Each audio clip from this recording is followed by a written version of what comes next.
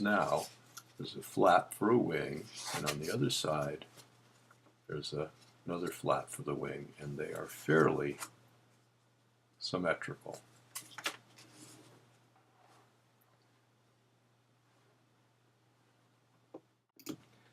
Now, if we stopped here, there'd be something wrong with this penguin. It would be wearing a long cape, and it would have this extra part at the end. So, how are we going to make that more like this instead of having this triangle?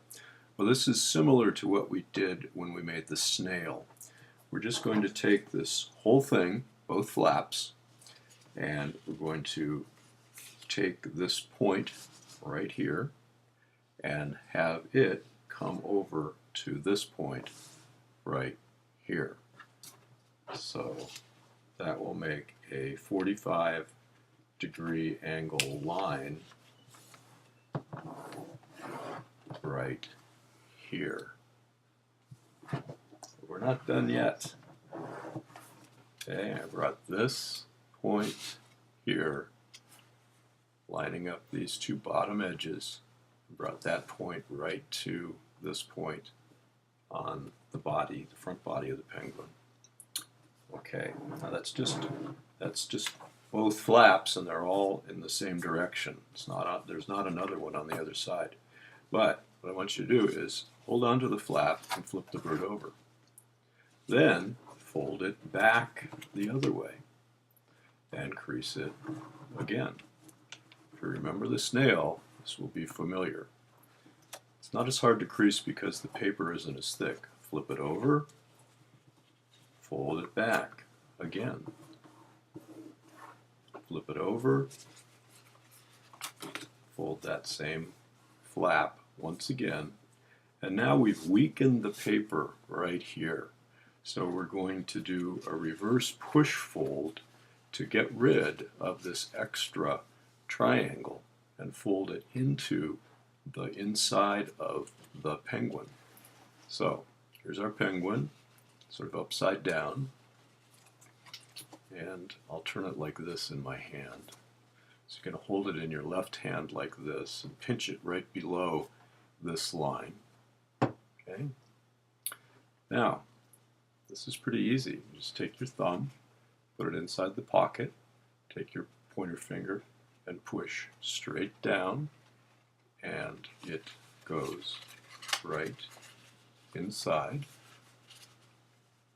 and you fold it together, and voila, the extra back part is gone. Now let's look at that one more time. We had this extra triangle, we wanted to get rid of it.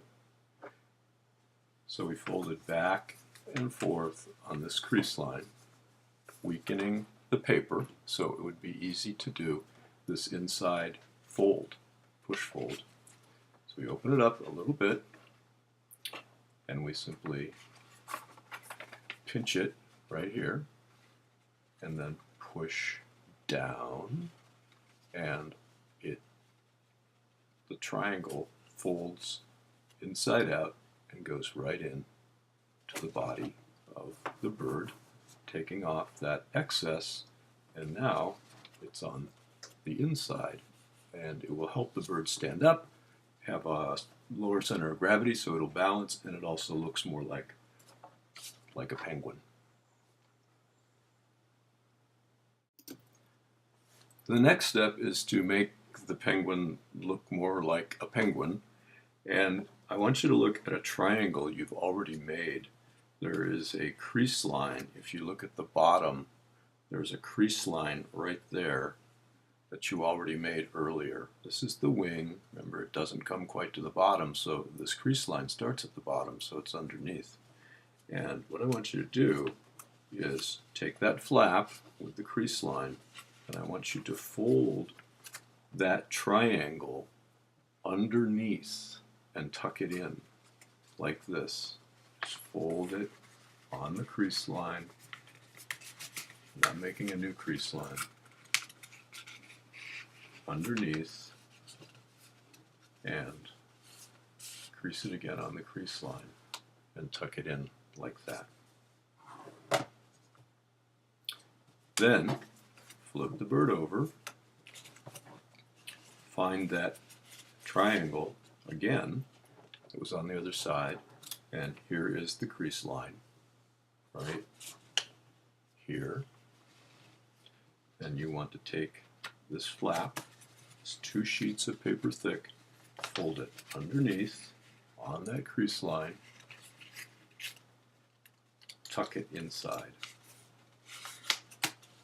like that, crease it again. It's getting to look a little bit more like a penguin every time. This is the next step. You'll notice that the penguin has basically a right angle here, and in nature you don't really find a lot of natural right angles.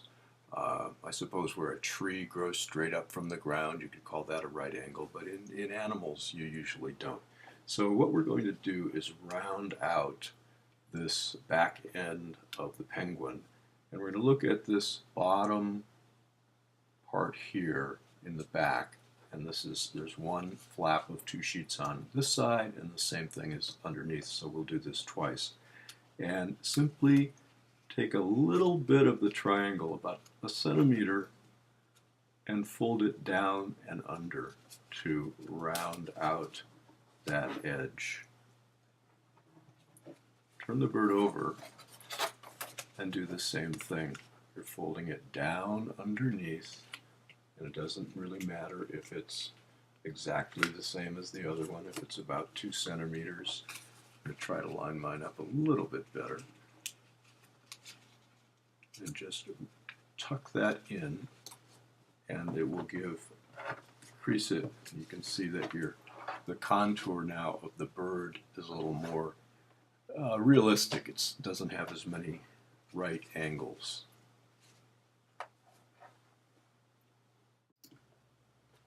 And that is that, unless you want to decorate the outside. That is the penguin.